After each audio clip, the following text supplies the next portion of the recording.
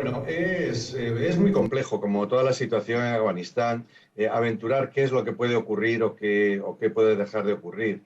Eh, Paradójicamente, porque todo este conflicto, desde los 20 años que llevan de ocupación, ha estado lleno de continuas paradojas.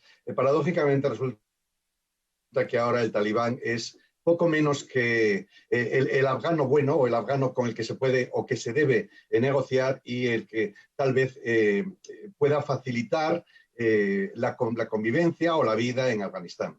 Resulta una paradoja en sí mismo. Antes de ayer o ayer mismo eran los grandes enemigos y ahora parece ser que se convierten en aliados, ¿no? ¿A qué se debe eso? ¿Cuál va a ser, centrando en la primera parte de lo que entiendo, que es la primera parte de la pregunta, qué va a ocurrir en Afganistán? Decía que esa complejidad es muy difícil por dos factores fundamentales. En primer lugar, los talibanes no son un grupo totalmente unido, totalmente coherente, sino que hay también sus facciones. Y también está el Estado Islámico, que con los atentados de hace unos días en Estados Unidos ha quedado dejar bien claro que ellos también existen, que ellos están allí y que no van a permanecer impasibles. Que sería, digamos, el policía malo, ¿no? O policía bueno, policía malo. Entonces, ¿cuál va a ser la relación entre ambos? ¿O hasta dónde están unos dispuestos a llegar o a otros a ceder? Es muy complejo y eso va a reflejar la situación interna de Afganistán.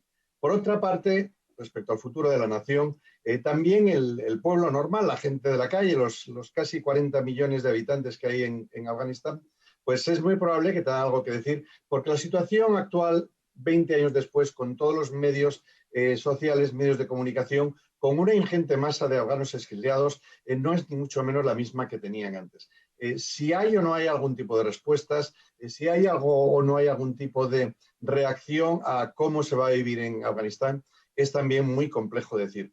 Y por último, el tercer factor para no analizar, sino tener en consideración lo que será el futuro de Afganistán, tiene que ver tanto con la relación con Estados Unidos o los países aliados en forma de ayuda, como en la relación que puedan tener con sus vecinos y de forma muy específica la relación que se entable entre Afganistán y Pakistán. Y al hablar de Pakistán, hay que tener en consideración también la relación que va a tener Pakistán con Estados Unidos, de forma que Pakistán se convierte en una pieza clave no solo en el panorama o en el discurrir o en este tablero de ajedrez en el que se ha convertido en la crisis de Afganistán, sino en una pieza clave para el futuro de lo que pueda ocurrir.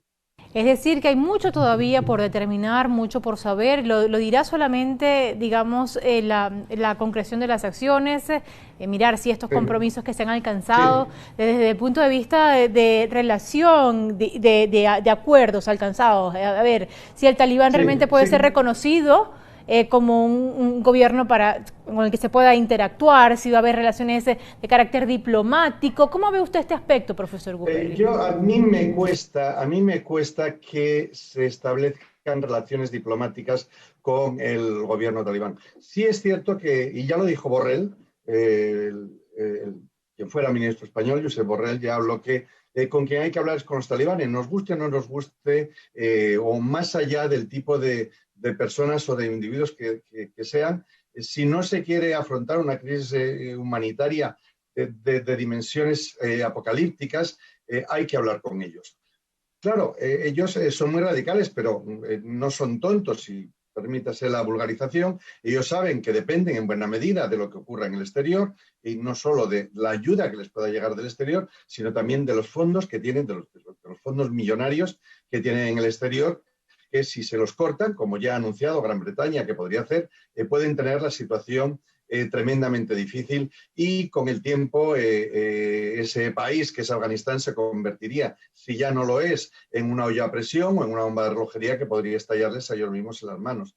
Pero como digo, o me repito, en cierta forma, la relación que puedan tener los talibanes con el Estado Islámico va a ser también definitoria para entender qué es lo que ocurre y cómo vaya a ser su relación con el resto de naciones, fundamentalmente con las naciones occidentales, en el sentido de el radicalismo del Estado Islámico. Claro, resulta paradójico, como digo, tratar a los del Estado Islámico de radicales y a los talibanes de menos radicales, ¿no? Pero bueno, si autocracia que quieren imponer tal vez el Estado Islámico y el exportar su lucha más allá de las fronteras de Afganistán, al final se impone o no se impone. Los acuerdos que se firmaron ya el año pasado, uno de los puntos, aunque es secreto, uno de los puntos a los que se había, durante la administración Trump, dicho sea de paso, uno de los puntos que se alcanzaron era que Afganistán no iba a servir de base para operaciones internacionales en contra de los Estados Unidos, ni iba a dar refugio a quien efectuara acciones de tipo de terrorista o cualquier otra acción contra los Estados Unidos. ¿Serán los talibanes capaces de controlar eso? Está por ver. De momento, por ejemplo, un segundo y termino, cuando habla de Pakistán,